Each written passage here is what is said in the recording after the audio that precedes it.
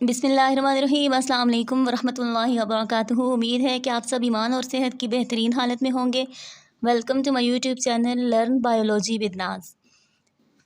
Next topic की तरफ बढ़ने से पहले रियली वेरी सॉरी कि कल एक चीज़ रह गई थी कल के टॉपिक में जो आपको बतानी थी कि ये जो बीमारियाँ होती हैं ना, जितनी भी डिजीज़ होती हैं, इन सब का जब आपको उर्दू में नाम पता चल जाए तो आपको आधी समझ वैसे ही आ जाती है, क्योंकि ये सारी बीमारियां वो होती हैं जो हमारे इर्द गिर्द हम देख रहे होते हैं डेली।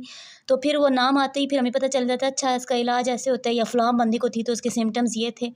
तो इनके उर्दू में नाम होना बहुत ज़रूरी है। तो कल ब्रोंकाइटिस का बताना भूल गई मैं। इसका होता है हल्क मतलब आपका जो गला होता है, ठीक है, या फेफड़ों की सोजन या फेफड़ों का वर्म।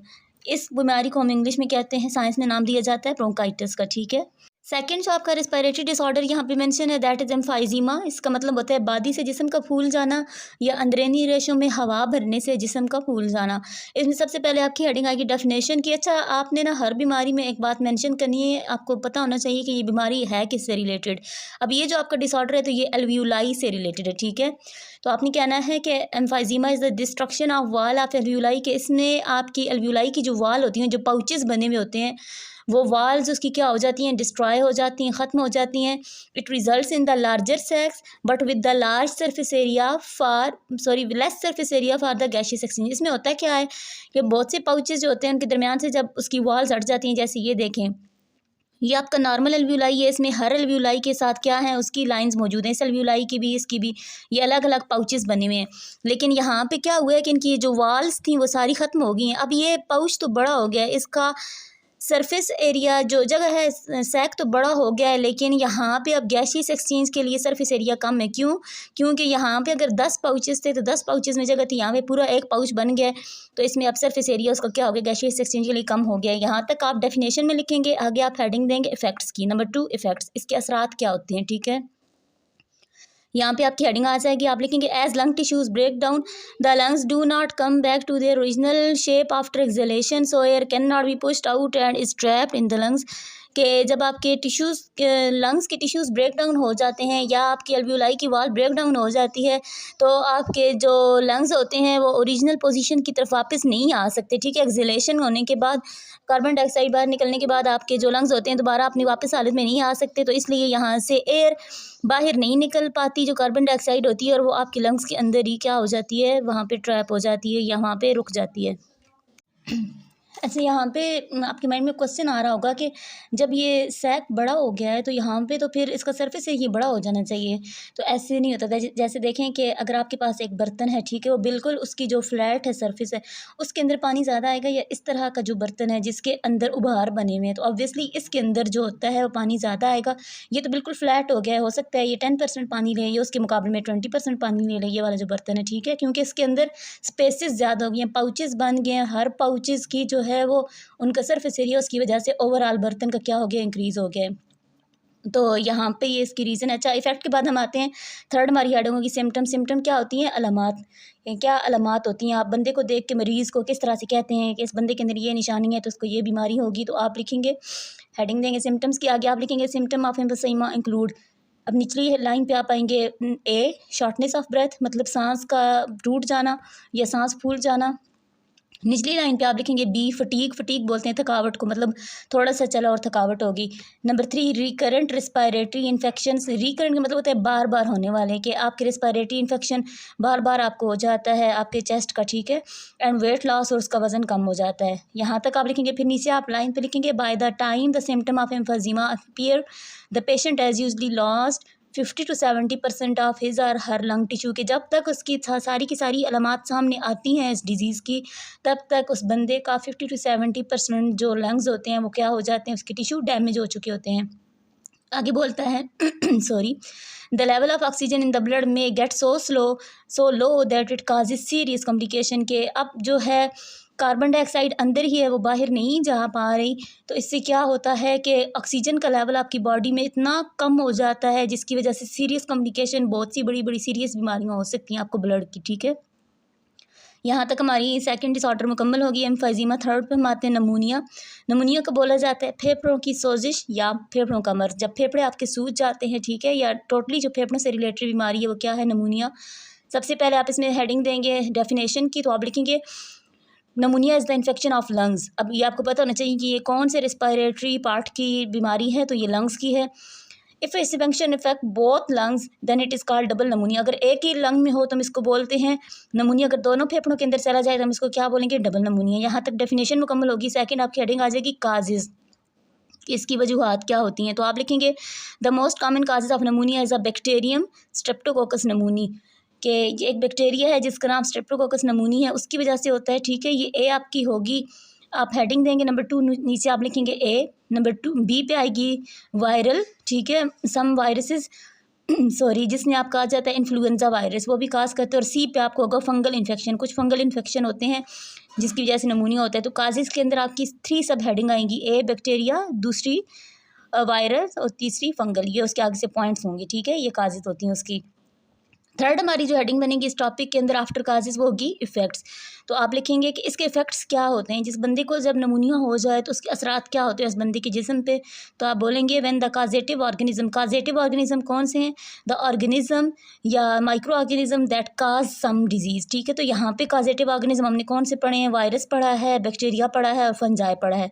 तो कोई भी जो ऑर्गेनिज्म होता है जो किसी बीमारी को काज करने की वजह बनता है, उस ऑर्गेनिज्म को आप क्या नाम देते हैं, काजेटिव एजेंट का।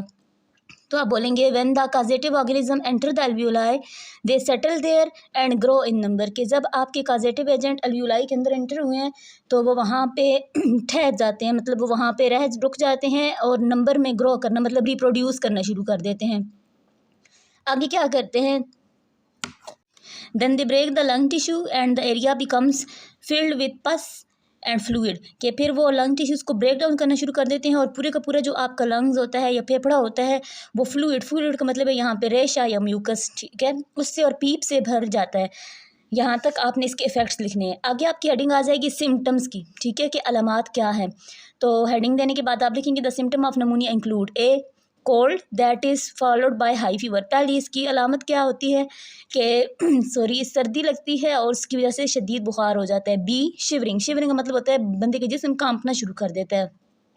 सी cough with sputum production, sputum बोला जाता है बलगम को, कि आपको खांसी होती है जिसमें बलगम आती है और पेशेंट में बिकम शॉर्ट ऑफ ब्रेथ। डी पे आएगा शॉर्ट ऑफ ब्रेथ, के सांस फूल जाता है। आगे आपका ई पे आएगा द पेशेंट स्किन कलर में चेंज एंड बिकम डस्की और पर्पलिश, के इसकी वजह से जो बंदे का स्किन का कलर होता है वो चेंज हो जाता है और डस्की मतलब जर्द हो जाता है या नीला हो जाता है। ये क्यों होता है, it is due to the poor oxygenation of blood, क्योंकि आपके ब्लड के अंदर ऑक्सीजन जब होती है तो आपका ब्लड रेड होता है, लेकिन जब ऑक्सीजन कम हो जाए, ऑक्सीजनेशन ब्लड की कम हो जाए तो कार्बन डाइऑक्साइड ऑब्वियसली ज़्यादा होगी, तो उसकी वजह से आपका रंग क्या हो जाता है, आपकी ब्लड का कलर हो जाता है पर्पलिश। उसी वजह से आपकी बॉडी का आपकी स्किन का कलर भी यही हो जाता है। तो यहाँ तक आपने सिम्टम की हेडिंग देने के बाद ए बी सी डी एक एक लाइन पे एक एक सिम्टम लिखते जाना है।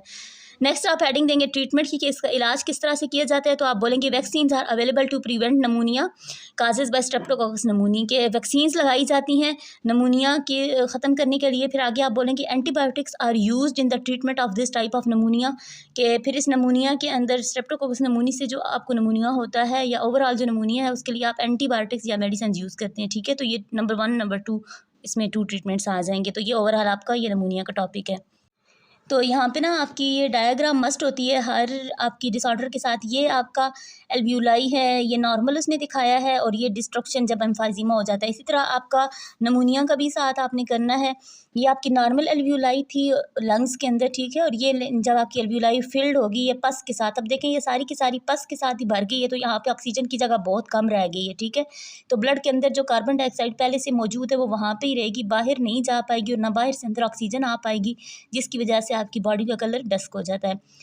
नेक्स्ट है एज़मा, इसको कुछ लोग प्रोनाउंस करते हैं एस्थमा के नाम से, जो कि बिल्कुल गलत है। इसकी प्रोनाउंसिएशन होती है एज़मा और उसको उर्दू में बोला जाता है दमा। तो आपने अक्सर अपने इर्द गिर्द दमे के मरीज़ देखे होंगे, तो उसकी अलामात आपको फिर बहुत अच्छे से पता होंगी। चलिए सबसे पहले हम इसकी हेडिंग देते हैं डेफिनेशन की। It is the form of allergy in which there is inflammation of bronchi. Inflammation मतलब होता है सूज जाना।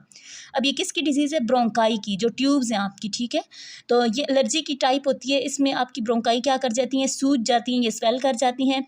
मोर म्यूकस प्रोडक्शन, उनके अंदर म्यूकस या जो आपका रेशा है वो ज़्यादा प्रोड्यूस होना शुरू हो जाता है, जिसकी वजह से जो आपकी एयरवेज हैं, आपकी ब्रोंकाई है वो क्या हो जाती है, नैरो हो जाती है, तंग हो जाती है। जैसे ये देखें ये आपकी नॉर्मल आपकी ब्रोंकाई है, ठीक है। और ये कंस्ट्रिक्टेड ब्रोंकाई है। इसके अंदर अब क्या है, आपका म्यूकस ज़्यादा हो गया है और इसकी सरफेस एरिया बहुत कम है। अब इसमें से गैस को गुजरने के लिए बहुत कम रास्ता मिल रहा है, तो आपकी बॉडी के अंदर जो है वो क्या, जितने भी ये गैसेस बह रहे हैं वो कम इतनी ईजिली नहीं जा सकती। अच्छा, ये होती किस वजह से, हमने पढ़ा ना टाइप ऑफ एलर्जी है। तो एलर्जी काजिंग एजेंट्स जो होते हैं ना, जिन एजेंट से आपको एलर्जी होती है उसको आप नाम देते हैं एलर्जेंस का, ठीक है। कुछ लोगों को पोलन एलर्जी होती है, कुछ को डिफरेंट एलर्जी होती है। तो वो जो टाइप्स जिस वजह से आपको एलर्जी हो रही है उसको पॉइंट को या उस प्रॉब्लम को आप क्या नाम देते हैं, एलर्जन का। तो ये आपकी यहाँ पे आपने ये दो डायग्राम इसकी ड्रा करनी होगी, नॉर्मल ब्रोंकस वर्सेस कंस्ट्रक्टेड या फिर डैमेज्ड या एजमा ब्रोंकस, ठीक है। यहाँ तक आपने डेफिनेशन करनी है। उसके बाद आप आ जाएंगे काजेज़ की हेडिंग देंगे। यहाँ पे आप लिखेंगे in asthma patient the bronchi and bronchioles become sensitive to different allergens. के इसमें होता क्या है कि इसकी वजह क्या होती है कि आपकी जो ब्रोंकाई होती है ना वो सेंसिटिव हो जाती है। किसके लिए सेंसिटिव हो जाती है कि डिफरेंट टाइप ऑफ एलर्जेंस की वजह से सेंसिटिव हो जाती है। जैसे ही उसकी बॉडी में से, उस ब्रोंकाई में से कोई भी आपका गुजरेगा एलर्जन, ठीक है। तो जैसे देखें कुछ लोगों को परफ्यूम की वजह से होता है, ठीक है। कुछ लोगों को ये पोलन होती है जिसको नाम दिया जाता है ये फ्लावर्स की वजह से, फ्लावर के सीज़न में, कुछ लोगों को गंदम के सीज़न में होती है। तो ये डिफरेंट टाइप्स ऑफ एलर्जी होती है और ये जो जिस वजह से आपको एलर्जी हो रही है, जैसे परफ्यूम है तो परफ्यूम को आप क्या बोलेंगे, एलर्जन बोलेंगे, ठीक है। और इसी तरह जो गंदम है तो गंदम को आप, अगर उससे आपको एलर्जी हो रही है तो आप उसको क्या बोलेंगे, एलर्जन बोलेंगे, क्योंकि इस वजह से ये वो चीज़ है जिससे आपको एलर्जी हो रही है। तो फिर आपका वो कौन कौन से एलर्जन होते हैं आपके, डस्ट हो सकती है, स्मोक, परफ्यूम, पोलन्स, ठीक है। फिर आके आप बोलेंगे when expose to any of such allergen, के जब उस बंदे का इस तरह की किसी भी एलर्जन से सामना होता है, the sensitive airway show immediate and excessive response to constriction. तो फ़ौरन से आपकी जो ब्रोंकाई होती है, क्योंकि सांस की नाली के थ्रू ये पोलन्स आपकी बॉडी में कंटिन्यूसली जा रहे होते हैं, परफ्यूम जा रहा है, आपके पोलन्स हैं वो जा रहे हैं, आपका स्मोक है, डस्ट है, आपकी सांस के साथ, मैंने उस दिन बताया था कि आपकी सांस जो आपकी जो एयर होती है जो आपकी बॉडी के अंदर जा रही है वो 100% प्योर नहीं है, उसमें ये तमाम एलर्जेंस मौजूद है। तो यूँ ही ये जो जिस बंदे को एज़मा है वो इन एलर्जेंस के सामने आता है, तो आपकी जो ब्रोंकस होती है फ़ौरन से वो वहाँ पे म्यूकस प्रोडक्शन शुरू कर देती है। उसको खांसी होती है, म्यूकस प्रोडक्शन शुरू होती है। म्यूकस प्रोडक्शन के बाद क्या होता है कि आपकी ब्रोंकाई पूरी की पूरी म्यूकस से या आपके रेशे से भर जाती है, ठीक है। In this condition the patient feel difficulty in breathing, फिर उसको सांस लेने में दुश्वारी होती है। मरीज़ को, दमा के मरीज़ों में होते ही आप देखेंगे कि उनको सांस लेने में दुश्वारी हो रही होती है, सांस का मसला होता है, उसी को हम कहते हैं कि इस बंदे को एज़मा है। आगे आपने हेडिंग देनी है, हेडिंग नंबर 3 सिम्टम्स, किसकी अलामात क्या होती हैं, किस कैसे देख के आपको पता चलता है कि इस बंदे को एज़मा है। तो आप बोलेंगे the symptom of asthma vary from person to person. यहाँ पे वेरी का मतलब है चेंज, ठीक है। VARY वेरी मीन्स चेंज, के हर बंदे से ना डिफरेंट होती है, एक बंदे की दूसरे बंदे से उसकी अलामात डिफरेंट होती है। जो मेजर सिम्टम्स हैं उसमें क्या है, आप हेडिंग देंगे सिम्टम्स की, आगे आप लिखेंगे द मेजर सिम्टम्स इंक्लूड, निचली लाइन पे आप लिखेंगे ए शॉर्टनेस ऑफ ब्रेथ, ठीक है, कि उसका सांस फूल जाता है या सांस उसको आधा आधा आता है, ठीक है। स्पेशली विद एक्सर्शन, तब स्पेशली तब जब वो कोई ज़ोर का काम कर रहा है, ठीक है, उसने कोई मतलब हार्ड जॉब की है तब, या आर एट नाइट, रात को सोते वक्त, ठीक है। बी वीजिंग, वीजिंग क्या होती है कि सांस लेते वक्त सीटी की सी आवाज़ बाहर आना, ठीक है। थर्ड सी पे आएगा कफ, खांसी एंड चेस्ट टाइटनेस, सीना खींच जाना। तो ये चार उसकी क्या होंगी, सिम्टम्स होती हैं। आगे ट्रीटमेंट की हेडिंग देंगे आपके, इसका इलाज क्या है। तो the chemicals which with ability to dilate the bronchi and bronchioles are used in the treatment of asthma। देखें जिस वजह से बीमारी हो रही है उस वजह को जब हम हटाएंगे तो वो बीमारी खुद ब खुद दूर हो जाएगी। तो यहाँ पे बीमारी किस वजह से हो रही है कि आपकी जो ब्रोंकाई है वो कंस्ट्रिक्ट हो गई है, अंदर से बंद हो गई है। तो ऑब्वियसली अब हम मेडिसिन कौन सी लेंगे जो इन ब्रोंकाई को अंदर से क्या कर दे, डायलेट कर दे, ओपन कर दे, या इस म्यूकस को अंदर से हटा दे और उसको खुला कर दे, ठीक है।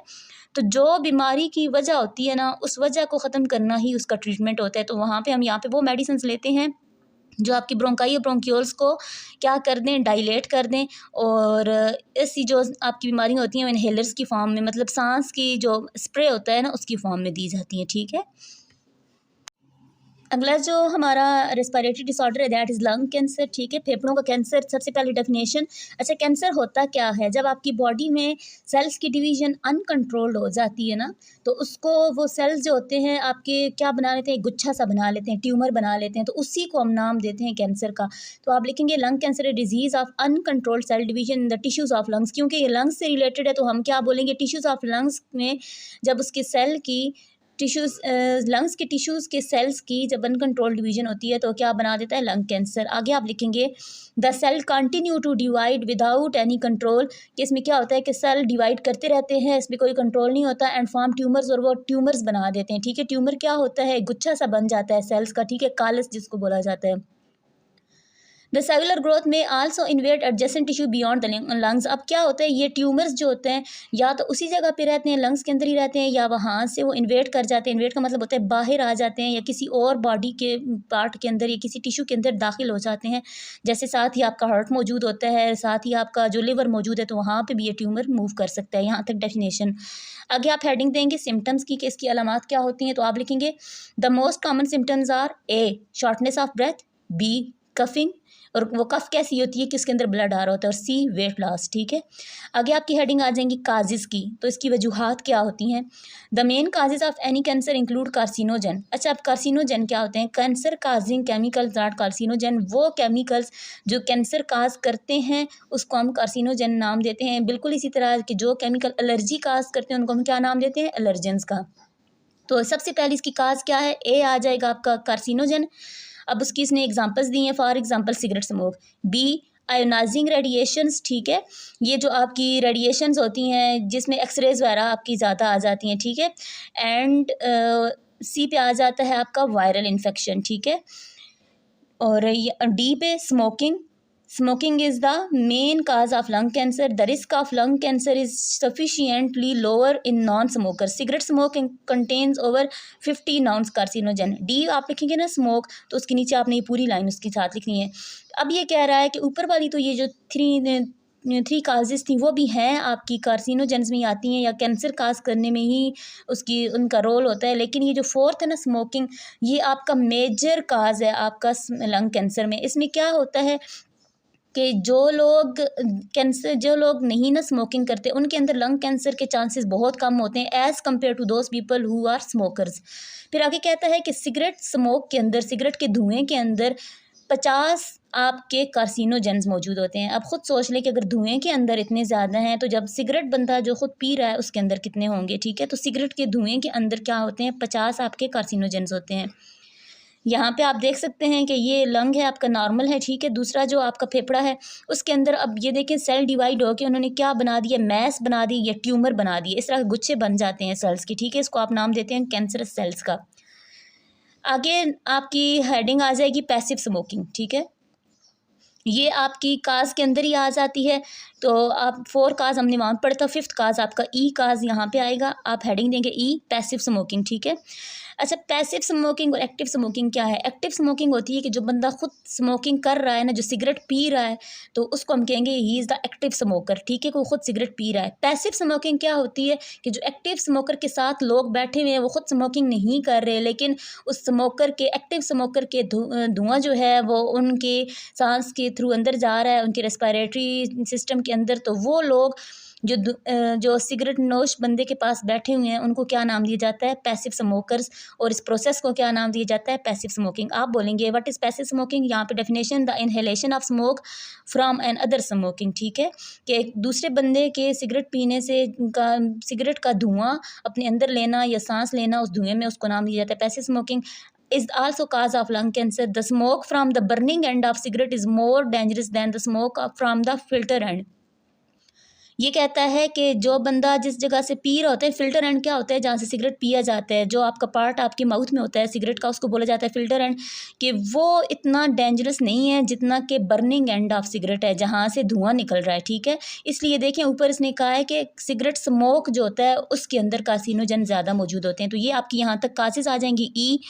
आगे यहाँ पे हेडिंग नंबर 4 होगी आपकी, सॉरी मैंने थोड़ा सा उसको मिसअप कर दिया है। तो यहाँ पे आपका होगा नंबर 4 कंट्रीब्यूशन ऑफ WHO, के अब इस तमाम लंग कैंसर से लोगों को बचाने के लिए world health organisation, WHO stands for world health organisation, उसका क्या काम है, ठीक है। तो आप बोलेंगे the world health organisation has called the government to stop tobacco advertising to prevent young people from taking a smoking, के उन्होंने किया है कि वर्ल्ड हेल्थ ऑर्गेनाइजेशन ने गवर्नमेंट्स को बोला है कि वो टोबैको एडवर्टाइजमेंट को स्टॉप करें, कि इसके इश्तिहार देना टीवी के अंदर बंद करें, ठीक है, या किसी भी सोशल मीडिया पे इसको ग्रो मत करवाएं इन चीज़ों को, ताकि जो यंग पीपल हैं जो जिसको इन चीज़ों का नहीं पता वो इन चीज़ों से दूर ही रहें, ठीक है। अच्छा, यहाँ तक आपका टॉपिक मुकम्मल हो जाएगा और आज हमारे रिस्पिरेटरी डिसऑर्डर सारे मुकम्मल हो गए हैं। यहाँ पे ये ब्लू बॉक्स देख लें, ये कहता है lung cancer is the most common cause of cancer related death, कि जितने भी कैंसर्स होते हैं ना, आपका ब्लड कैंसर होता है या आपका लिवर कैंसर, जितने भी कैंसर हैं उनमें सबसे ज़्यादा जो डेथ्स होती हैं वो लंग कैंसर की वजह से होती हैं। और सालाना पूरी दुनिया के अंदर कितने लोग मरते हैं? 1.3 मिलियन, ठीक है। आगे देखें, यहाँ पे आपका क्वेश्चन बनता है कि what happens if a smoker stop smoking. चलो, एक बंदा शुरू में स्मोकिंग कर रहा था लेकिन अब उसने स्मोकिंग छोड़ दी है, तो क्या होगा? जो उसके अंदर कैंसरस कार्सिनोजेंस थे या उसके अंदर कैंसर काजिंग सेल्स थे, उनका क्या बनेगा? तो इसका आंसर है if a person stop smoking the chances to develop cancer decreases, ठीक है। तो उसके अंदर क्या होता है कि कैंसर के चांसेस डिक्रीज़ हो जाते हैं। As damage to the lung is repaired, क्योंकि इसकी वजह क्या होती है कैंसर के डिक्रीज़ होने की? क्योंकि जो जिसकी वजह से कैंसर हो रहा था, टिश्यूज़ के डैमेज होने की वजह से, अब उसने स्मोकिंग छोड़ दी है तो ऑब्वियसली लंग टिश्यूज़ क्या होंगे? डैमेज होने से रुक जाएंगे और कैंसर भी काज नहीं होगा। And contaminated particle are gradually removed, कि उसकी बॉडी से जो उसके कंटामिनेटेड या जो जहर आलूद या कार्सिनोजन पार्टिकल्स थे वो आहिस्ता आहिस्ता रिमूव हो जाते हैं। लंग टिश्यूज़ खुद ब खुद रिपेयर होना शुरू हो जाते हैं, मतलब ठीक होना शुरू हो जाते हैं जब एक स्मोकर जो होता है वो स्मोकिंग छोड़ देता है। यहाँ तक आज का आपका टॉपिक है, ठीक है। तो साथ ही ये आपका टेस्ट है, इसमें आपको क्वेश्चंस दिए गए हैं कि आपने इन तमाम चीज़ों को डिफ़ाइन करना है। Define lung cancer, define passive smoking, और आपके हैं सिम्टम्स ऑफ नमूनिया, फिर एज़मा है, ठीक है। तो ये आपने तमाम क्वेश्चंस जो हैं क्या करने हैं? डिफ़ाइन करने हैं। होप सो कि आपको आज का टॉपिक समझ आया होगा। मिलते हैं इंशाअल्लाह कल नई वीडियो के साथ। तब तक अपना और अपने चाहने वालों का बहुत सा ख्याल रखिएगा। मेरे इस चैनल लर्न विद नाज़ को सब्सक्राइब कीजिएगा और अपने दोस्तों के साथ शेयर कीजिएगा। अल्लाह हाफ़िज़।